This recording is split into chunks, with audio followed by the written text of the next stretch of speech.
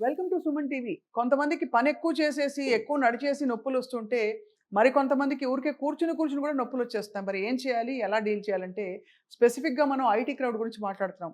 IT వర్క్‌లో ఉన్న వాళ్ళందరూ కూడా లేదు సెడెంటరీ జాబ్స్‌లో ఉన్నవాళ్ళు కూర్చుని పాస్చర్ సరిగ్గా లేక లో బ్యాక్ పెయిన్ మెల్లిగా మొదలయ్యి అది ఫ్రీక్వెన్సీ పెరిగి అది క్రానిక్ పెయిన్‌గా మారి ఏం చేసుకోవాలో తెలియని పరిస్థితుల్లో ఇంకా మరి తప్పదా? సయాటికా వచ్చేసిందా? స్పైన్ సర్జరీ చేయాలా అన్నంత వరకు వెళ్ళిపోతారు. అవన్నీ అక్కర్లేదు. పెయిన్‌ని సింపుల్‌గా మనం క్యూర్ చేయొచ్చు అంటున్నారు డాక్టర్ సుధీర్ ధర గారు. Pain management expert. Epione pain క్లినిక్‌లో ఇన్‌ఫాక్ట్ కొన్ని ట్రీట్మెంట్స్‌కి ఆయనే మొత్తం ఆజ్యం పోసి ఇక్కడ అందరికీ ప్రజల్లో అది పాపులర్ చేసే గొప్ప కార్యక్రమాన్ని ఆయన తలపెట్టారు. అండ్ ఇవాళ మనతో ఉన్నారు సుధీర్ ధర గారు. Welcome sir. ఆల్వేస్ మీ గురించి మీతో మాట్లాడేటప్పుడు ఎప్పుడు నొప్పి గురించే మాట్లాడాల్సొస్తుంది. అంతే కదా సార్? సో నొప్పి పోయిందే పోచే ఆడ గుర్తుందా మీకు చిన్నప్పుడు? Amrutanjan balm Zandu balm. ఒకప్పుడు అంతే సార్. ఏమైనా పెయిన్ వస్తే రాసేసి జండు బాము లేకపోతే కాపడం పెట్టేవారు. తర్వాత ఇంకా కొంచెం పెయిన్ వస్తే బెడ్ రెస్ట్, జీవితం అయిపోయింది అనుకునేవారు. తర్వాత ఇప్పుడు ఆపరేషన్స్ వచ్చేసాయి మధ్యలో. సర్జరీ చేయాలి, స్పైన్ ఆస్టియోస్, స్పైన్ రకరకాలు. సో మీరేం చేస్తారు సార్ లో బ్యాక్ పెయిన్ ఉన్న వాళ్ళు? ఇప్పుడు మీరు స్టార్ట్ చేసింది ఏంటంటే ఈ సాఫ్ట్వేర్ ఎంప్లాయీస్, సెడెంటరీ లైఫ్. ఇక్కడ 2 ఆస్పెక్ట్స్ ఉన్నాయి సాఫ్ట్వేర్ ఎంప్లాయీస్ గురించి తీసుకున్నాం. ఒకటి సెడెంటరీ లైఫ్ వల్ల బ్యాక్ పెయిన్ వస్తుంది. ఇంకొక సెట్ ఉంది, ఇది చాలా డేంజరస్ సెట్, ఓవర్ యాక్టివిటీ. అది కూడా ఎక్కువ ఇదే. సెడెంటరీ లైఫ్లో ఉన్న వాళ్ళకంటే ఎక్స్ట్రా యాక్టివిటీ చేసే వాళ్ళలోనే బ్యాక్ పెయిన్స్ ఎక్కువ. ఎందుకంటే సెడెంటరీ లైఫ్ అంటే మామూలుగానే వాళ్ళు కూర్చొని చేసే పని కదా. ఇప్పుడు వర్క్ ఫ్రమ్ హోమ్ అయితే పడుకొని కూడా చేస్తుంటారు, బోర్లా పడుకొని మంచం మీద, ఎవరు అడిగే వాళ్ళు ఉంటారు కదా. దానివల్ల కూడా డ్యామేజ్ ఉంటుంది. ఈ ఓవర్ యాక్టివిటీ ఏంటంటే అనవసరమైన ఎక్సర్సైజెస్, అనవసరమైన సూడో హెల్త్ యాక్టివిటీస్. అవును, నేను జిమ్ చేసేస్తే నేను సూపర్ ఫిట్గా ఉంటాను, నేను జిమ్కి వెళ్తే నాకు హెల్త్ అంతా టాప్ అయిపోతుంది, నేను ప్రోటీన్ షేక్స్ తాగితే నాకు మొత్తం గట్టంతా ఫ్రీ అయిపోయి ఆక్సిజన్ ఫ్రీ రాడికల్స్ అని అదని ఇదని ఏవేవో చేయడము, ట్రెక్కింగ్లు, unnecessary walking, heavy walkings, joggings, ఏవి కూడా సైంటిఫిక్గా ఎవరు చేయడం లేదు. ఎందుకంటే ఇది మన బాడీకి ఇవ్వాల్సిన ఇంపార్టెన్స్ ఇవ్వట్లేదు, ఇష్టం వచ్చినట్టు వాడుతున్నారు. దీనివల్ల కూడాను బ్యాక్ పెయిన్స్ చాలా వస్తాయి. నేను నా క్లినిక్లో రోజుకి 2-3 పేషెంట్ జిమ్ యాక్టివిటీలో దెబ్బతిన్న వాళ్ళే. సార్ జిమ్ చేస్తున్నాను సార్, 2 years చేశాను సార్, ఏం కాలేదు. ఈ మధ్య ఏంటంటే 2 years నీ బాడీ ఆ యాక్టివిటీని తట్టుకుంది, ఈరోజు తట్టుకోలేకపోతుంది. ఎందుకంటే నువ్వు ఏజింగ్ ప్రాసెస్లో ఉన్నావు. టక్కని సౌండ్ వచ్చింది సార్, డిస్క్ బయటకు వచ్చింది, నర్వ్ కంప్రెస్ అవుతుంది, సయాటికా. సో కొంతమంది వెయిట్స్ ఎత్తుతుంటారు, ఆ మజిల్స్ క్రాక్ అవుతాయి, తొరకోలంబర్ ఫేషియల్ ఉంటుంది, దానివల్ల ఒక 3 weeks 4 weeks బెడ్ రిడన్. దాని తర్వాత అది కంటిన్యూ అవుతూ ఉంటుంది. కొంతమందికి కొద్దిగా ఏజ్ 45-50 అయిన తర్వాత చిన్న జాయింట్స్ ఉంటాయి, ఆ జాయింట్స్ అరిగిపోతాయి, దాన్ని ఫెసెట్ జాయింట్స్ అంటారు, దానివల్ల వచ్చే నొప్పి. లేడీస్లో ప్రెగ్నెన్సీ అయిన తర్వాత ఎస్ఐ జాయింట్స్ అని ఉంటాయి, అవి సరిగ్గా కానీ రీఅలైన్ కాకపోతే అక్కడి నుంచి వచ్చేది. నేను చెప్తున్న వీటన్నిటికి కూడాను సర్జికల్ ఆప్షన్స్ లేవు, చాలా తక్కువ వాటికే. అంటే 100 మంది బ్యాక్ పెయిన్ ఉంటే ఓన్లీ 5% సర్జికల్ ఆప్షన్స్, మిగతా వాళ్ళందరూ సఫర్ అవుతూనే ఉన్నారు ఈ యాక్టివిటీస్ వల్ల. ఇవన్నీ ఏంటంటే డిసీజెస్ కాదు, ఇవన్నీ మనము తెలియకుండా మనకు అవేర్నెస్ లేక తెచ్చుకున్న నొప్పులు, పర్టికులర్ ఇటువంటి ఎంప్లాయీస్లో. ఇంకోటి సాఫ్ట్వేర్ ఉండి దిల్సుఖ్ నగర్ నుంచి గచ్చిబౌలికి ట్రావెల్ చేస్తారు బైక్ మీద, 1.5 hour. ఎంత స్ట్రెయిన్ అవుతుంది స్పైన్ మీద. మన బైక్లో ఇలా కూర్చుంటే బాడీ స్పైన్ మీద డబల్ ద వెయిట్ పడుతుంది. ఎవరు గ్రహించరు సార్, ఎవరు తెలీదు. బైక్ ఎక్కగానే సర్రని వెళ్ళిపోవచ్చు అని హెల్మెట్ వేసుకొని వెళ్ళిపోతూ ఉంటారు. 45 minutes కూడా 1.5 hour పడుతుంది, 1.5 hour 3 hours. వాళ్ళకి తెలియదు, ఎంగేజ్ కదా వెళ్ళిపోతుంది కదా. సరే దానివల్ల ఏమవుతుందంటే ఎంగేజ్లో బాగుంటుంది, ఇంకొక 3-4 years తర్వాత డీజనరేషన్ స్టార్ట్ అవుతుంది, దానివల్ల పెయిన్. సో ఈ యాక్టివిటీస్. ఇంకా ఇంపార్టెంట్ థింగ్ ఏంటంటే హౌస్ వైఫ్స్ అంటారు, సార్ నాకు అసలు ఇల్లు ఏమాత్రం డస్ట్ ఉంటే నేను తట్టుకోను సార్ అంటారు. అదే కదా, దానివల్ల ఏమవుతుంది, నీ నొప్పి నువ్వు తట్టుకోలేవు తర్వాత.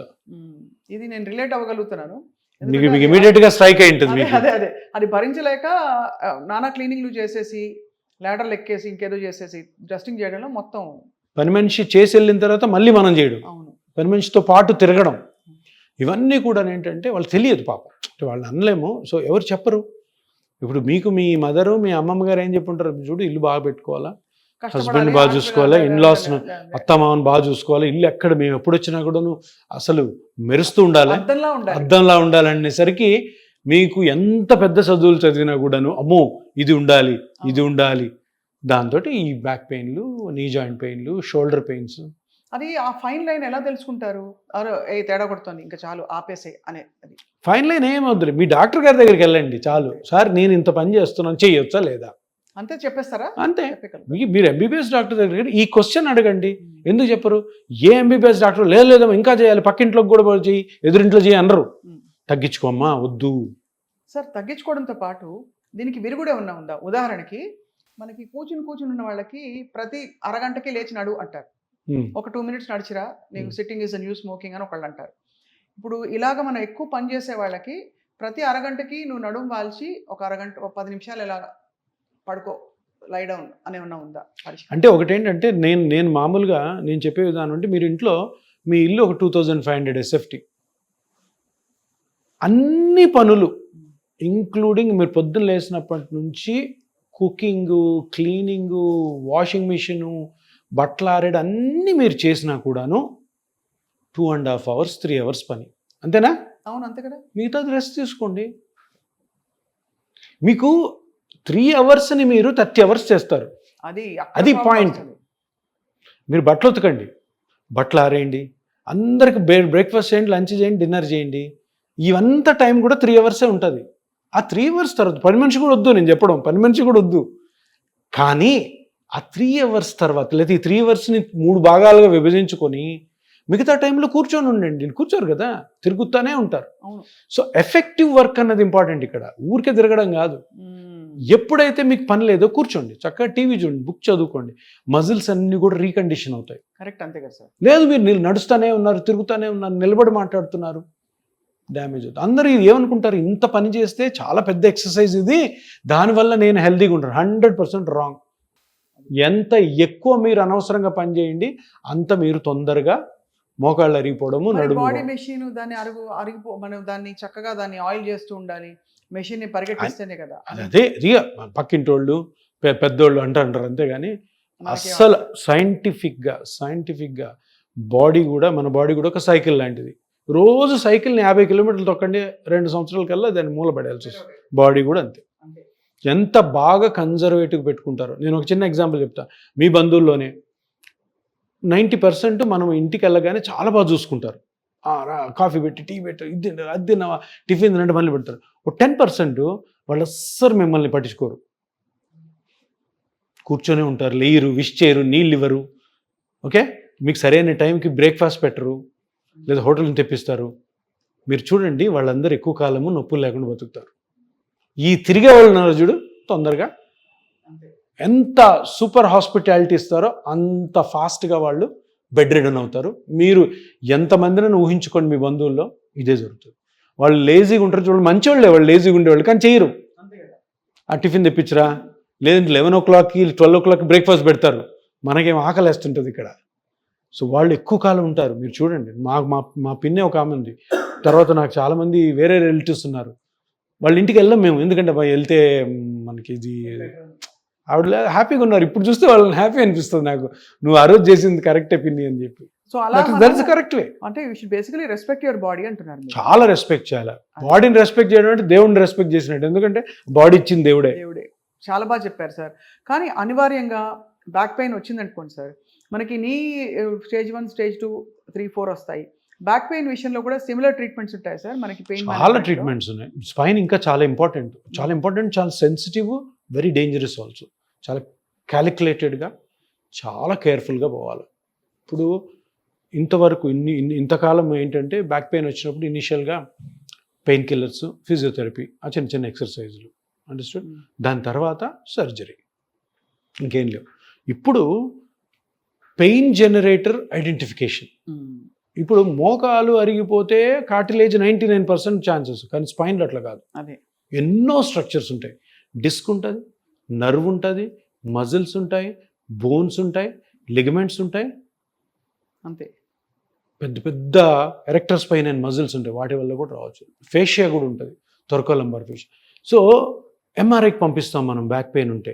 ఎంఆర్ఐలో ఒక 10 ఫైండింగ్స్ వస్తాయి. ఇంకా 10కి ఆపరేషన్ చేసి కూర్చుంటాం, చేయలేం. ఆ 10లో మీకు ఏ నొప్పి ఏ స్ట్రక్చర్ వల్ల వస్తుంది అన్నది కనుక్కోవడం ఇంపార్టెంట్. అదే అది కనుక్కున్నప్పుడు దానికి సర్జరీ లేకుండా సింపుల్ ఇంజెక్షన్ టెక్నిక్స్ చాలా ఉన్నాయి. దాంట్లో ఒకటే ఈ regenerative therapy, radio frequency oblations, trigger point injections. కాబట్టి కరెక్ట్ కనుక్కోవాలి. మామూలుగా ఎన్ని సెషన్స్ లో తగ్గుతుంది సార్? అంటే అఫ్ కోర్స్ ఇది case to case 1 or 2 sittings లో 1 or 2 సిట్టింగ్స్ లో వాళ్ళకి డిఫరెన్స్ అయితే తెలిసిపోతుంది. తగ్గిపోతుంది. ప్లస్ ఆల్సో మెయింటైన్ చేసుకోవాలి. ఇప్పుడు మా కొలీగ్ ఉన్నారు సార్ ఒక ఆయనకి భయంకరమైన నొప్పి సడన్ గా వచ్చి పడింది. సయాటికా అని అన్నారట. ఏం చేయాలో తెలియట్లేదు అతనికి. ఆపరేషన్ చేయించుకోవాలని చెప్పారట. ఏం చేయాలి సార్ అతను? 99% ఆపరేషన్ వద్దు. ఆపరేషన్ వెళ్ళాల్సిన అవసరం ఎప్పుడు ఉంటుందంటే దానికి ఇండికేషన్స్ ఉన్నాయి. అన్ని నాన్ సర్జికల్ ట్రీట్మెంట్స్ ఎగ్జాస్ట్ అయిపోయిన తర్వాత అంతే తగ్గట్లేదంటే ఆపరేషన్. ఇంకొకటి ఉంది, అదేంటంటే రెడ్ ఫ్లాగ్స్ అంటాం.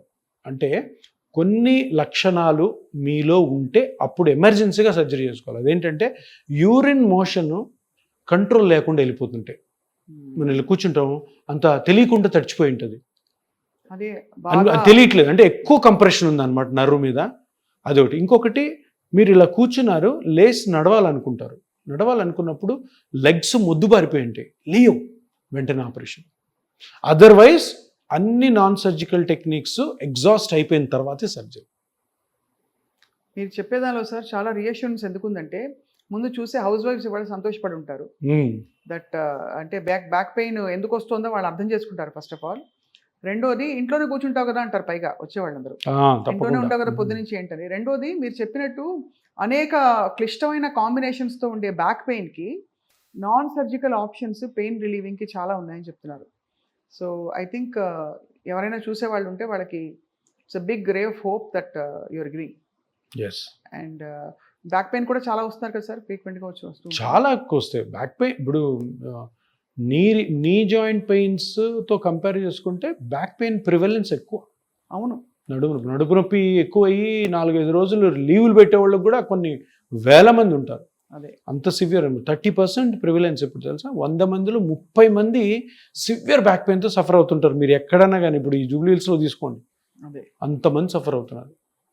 నీ జాయింట్ కొంచెం తక్కువ, షోల్డర్ ఇంకా తక్కువ, బ్యాకే ఎక్కువ. ఇదంతా జరిగేది ఏంటంటే తెలియక, అవేర్నెస్ లేక, జాగ్రత్తలు పాటించక, తెలియక ఊరికి అనవసరమైన ఎక్సర్సైజ్ చేయడము, హౌస్ వైఫ్లో ఎక్కువసేపు నిలబడ్డము.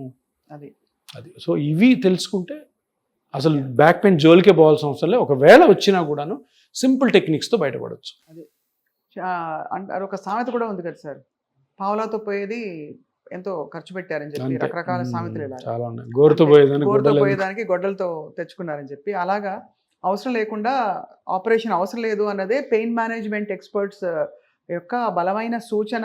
అండ్ అలాగే వాళ్ళు చూపించే మార్గం కూడా తప్పకుండా ఇది ఎక్స్ప్లోర్ చేసి తర్వాత ఇంకా అనివార్య పరిస్థితుల్లో సర్జరీకి వెళ్ళడం అన్నదే ఉత్తమం. కాబట్టి పెయిన్ మేనేజ్మెంట్ గురించి తెలుసుకోవాలంటే అఫ్కోర్స్ సుధీర్ దారా గారు ఎప్పుడు అందుబాటులో ఉంటారు అందరికీ. Thank you very much sir. Thank you. నమస్తే. నమస్తే.